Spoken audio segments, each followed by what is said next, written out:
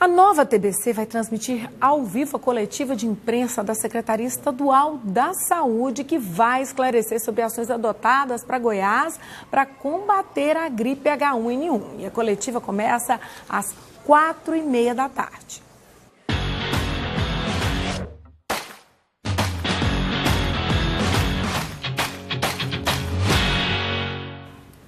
Hora de ficar por dentro do que está rolando no mundo do futebol. E o Cid Ramos está aqui do lado para falar da Liga dos Campeões, da Libertadores e mais, né, Cid Ramos? Boa tarde. Boa tarde, Michele. Boa tarde para todo mundo. Uma ótima terça-feira. Terça-feira de futebol de grande qualidade, né? Começa a fase semifinal da Liga dos Campeões da Europa, torneio mais charmoso, mais importante, mais rico do mundo. São 8 equipes que agora buscam um lugar na fase semifinal. E hoje teremos 2 jogos. Um muito badalado, o outro menos badalado, mas tão importante quanto. O jogo badalado, o grande jogo, é o clássico mundial, Juventus e Real Madrid, que vão se enfrentar em Turim. O outro jogo de hoje acontece na Espanha, em Sevilha. O Sevilha enfrenta o Bayern de Munique. E nesse jogo da Juventus com o Real Madrid, há um confronto muito interessante de um jogador acima da média, excepcional, que é o Cristiano Ronaldo, 5 vezes o melhor jogador do mundo, contra o goleiro Buffon, da equipe da Juventus. Tem 17 anos que ele é titular absoluto no gol da Juventus. Conquistou todo tipo de título, mas não conquistou o que ele mais quer, que é esse título de campeão da Liga. E ele tem 40 anos, e embora não tenha dito oficialmente ainda, deve encerrar a carreira nesse final de ano. Então a expectativa é muito grande, porque, ao que estão dizendo, e não há nenhuma confirmação oficial disso, os jogadores da Juventus teriam feito um pacto para que o Buffon saia da história linda que ele construiu no futebol como campeão da Liga dos Campeões da Europa. Não, realmente vai ser um grande confronto. Eles vão golear e ele vai segurar até pensamento para não passar. É verdade. O Cristiano Ronaldo tem números impressionantes, né? A gente vai ver imagens aí do jogo do ano passado, que, aliás, esse confronto decidiu no ano passado a competição. E aí, no segundo jogo, não houve nem dó nem piedade do Real Madrid, ganhou de 4-1, aí é um dos 2 gols que o Cristiano Ronaldo fez no Buffon, ganhou de 4-1. Cristiano Ronaldo tem 4 títulos de Liga, é 5 vezes o melhor jogador do planeta, do mundo pela FIFA, tem 12 gols, é artilheiro isolado nessa temporada e incríveis 118 gols marcados na Liga dos Campeões da Europa. Então, assim, é um confronto realmente muito interessante. O Buffon foi campeão mundial em 2006, foi 3 vezes finalista da Liga dos Campeões da Europa, em 2003, em 2015 e no ano passado, mas nunca conseguiu o título. Então, a briga, a luta começa hoje por um lugar na semifinal e vamos ver o que vai dar. O outro confronto, só lembrando, tem 4 brasileiros em campo, hoje deve começar jogando 4 brasileiros. O Casimiro e o Marcelo pelo Real Madrid, o Alexandro, que é o lateral esquerdo, e o Douglas Costa pela equipe da Juventus. Então, assim, tem mais essa atração ainda, 4 brasileiros em campo, muito prestigiados, muito prestigiados mesmo, né? Muito respeitados no futebol europeu, esses 4 jogadores. E o outro confronto, menos badalado, mas, como eu disse, não menos importante, acontece na Espanha, em Sevilha. O Sevilha recebe o Bayern de Munique. É evidente, é óbvio, que o Bayern chega como grande favorito, mas o Sevilha não chegava a essa posição de quartas de final da Liga há 60 anos. Então, assim, estão dizendo que é agora ou nunca para o Sevilha tentar chegar ao título, chegar mais à frente, chegar a uma semifinal e final. Então, são 2 grandes jogos que certamente vão monopolizar o futebol mundial nessa terça-feira. E amanhã tem mais 2 jogos, o Barcelona estará em campo, certamente outra grande atração, né? O Barcelona amanhã enfrenta a Roma e tem o clássico inglês, o Liverpool e o Manchester City. Mas esses jogos são amanhã. E Gold Cup, Cid Ramos? Pois é, Michele, pouca gente ouviu falar nisso, pouca gente, mas está crescendo muito. Olha os números. Esse é um torneio de crianças que é realizado aqui em Goiânia já há algum tempo. Este ano, essa competição trouxe para cá 269 times de 18 países diferentes. Todos eles das categorias pequenas, começando pelo sub-8 e indo até, me parece que sub-17, sub-16.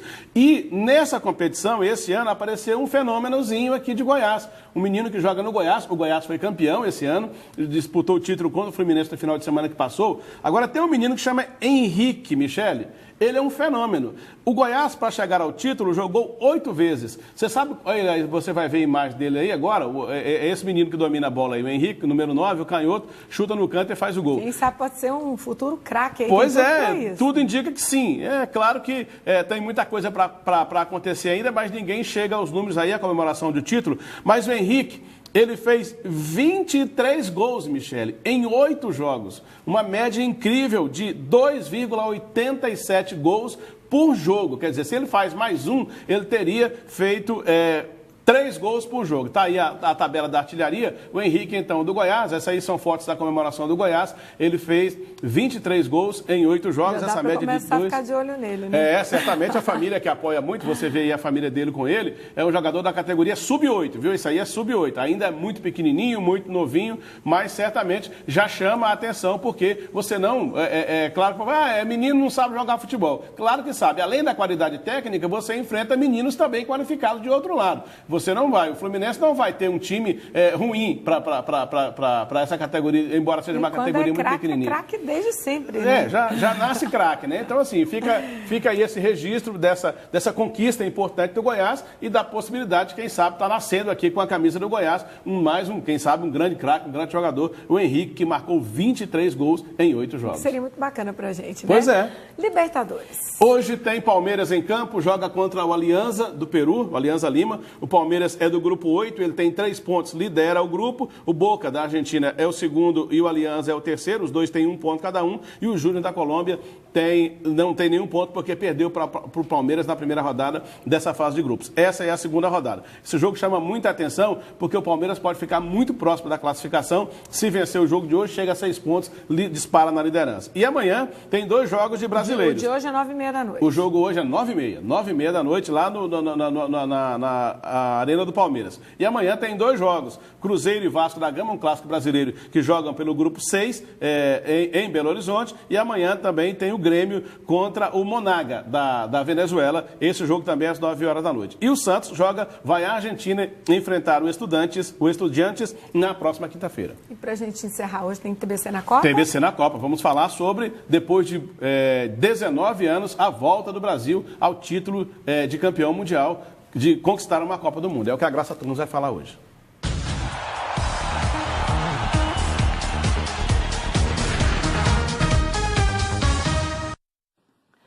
A 15ª Copa do Mundo FIFA de 94 foi sediada nos Estados Unidos pela primeira vez.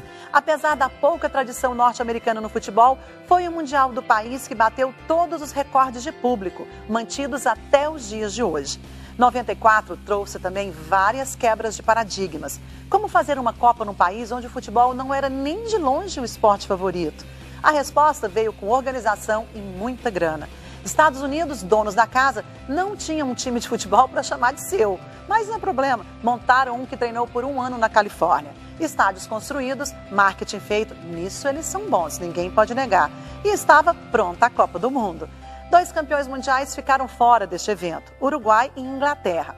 A Iugoslávia, em guerra contra a Bósnia, foi impedida de disputar o Mundial. Mas o grande boom mesmo foi o Tetra. Sim, ele veio com uma dupla de ataque rara, com Bebeto e Romário. Aliás, Romário, que marcou 5 vezes e foi determinante na conquista do tão sonhado tetracampeonato mundial. Apesar de todas as críticas, o técnico Parreira mostrou que era possível. Na final, diante de uma combalida equipe italiana que embalara nas fases decisivas, o Brasil não saiu do 0-0 no tempo normal e também na prorrogação. Nos pênaltis, o craque italiano Roberto Baggio chutou por cima e definiu assim a vitória brasileira por 3-2. Todos no gol com Tafarel. Baggio e Tafarel.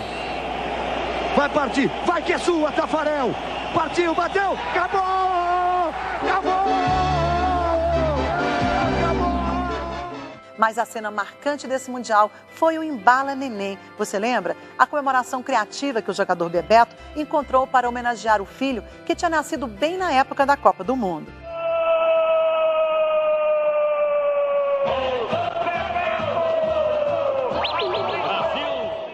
O gesto aconteceu no gol marcado contra Camarões e depois contra a seleção da Holanda. Apesar de ser Bebeto o cara que levou ao mundo essa comemoração, o Embala Neném também foi feito por outro craque brasileiro, mas bem antes disso. foi Rivelino em 74. No jogo entre Corinthians e Santos, o pioneiro da comemoração, na época a homenagem, foi para o nascimento de sua filha, Roberta. Quer saber mais curiosidades? Então fique ligado aqui no TBC na Copa. Até o próximo.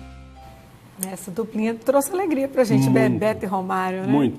Michele, tem uma curiosidade, o futebol tem jogadores inesquecíveis, como Pelé, mas apenas 3 jogadores se notabilizaram em Copas por terem ganho títulos que depois, o título que a seleção deles ganhou, foi atribuído diretamente ao desempenho deles na Copa. Foi o Garrincha pelo Brasil em 62, porque o Brasil não tinha o Pelé, e aí, segundo dizem, segundo o registro históricos, o Garrincha ganhou a Copa praticamente sozinho para o Brasil. O Maradona em 86, pela Argentina, a gente já viu isso aqui no TBC na Copa, e o Romário em 94. Nessa Copa, o Brasil tinha uma seleção não tão boa tecnicamente, mas que foi carregada pelo talento e pela liderança do Romário em campo, coadjuvado pelo Bebeto. O Romário é um desses 3 jogadores que são considerados como assim, fundamentais, importantes. Sem eles, a seleção deles, seja o Brasil 2 vezes e a Argentina 1, não teria vencido Copa do Mundo. Tá certo. Amanhã tem mais futebol, então. Voltaremos amanhã para falar desses encontros da Liga dos Campeões de hoje, os de amanhã e de futebol que acontecer pelo Brasil hoje. Até lá. Um abraço. Obrigada. Até amanhã, Michele.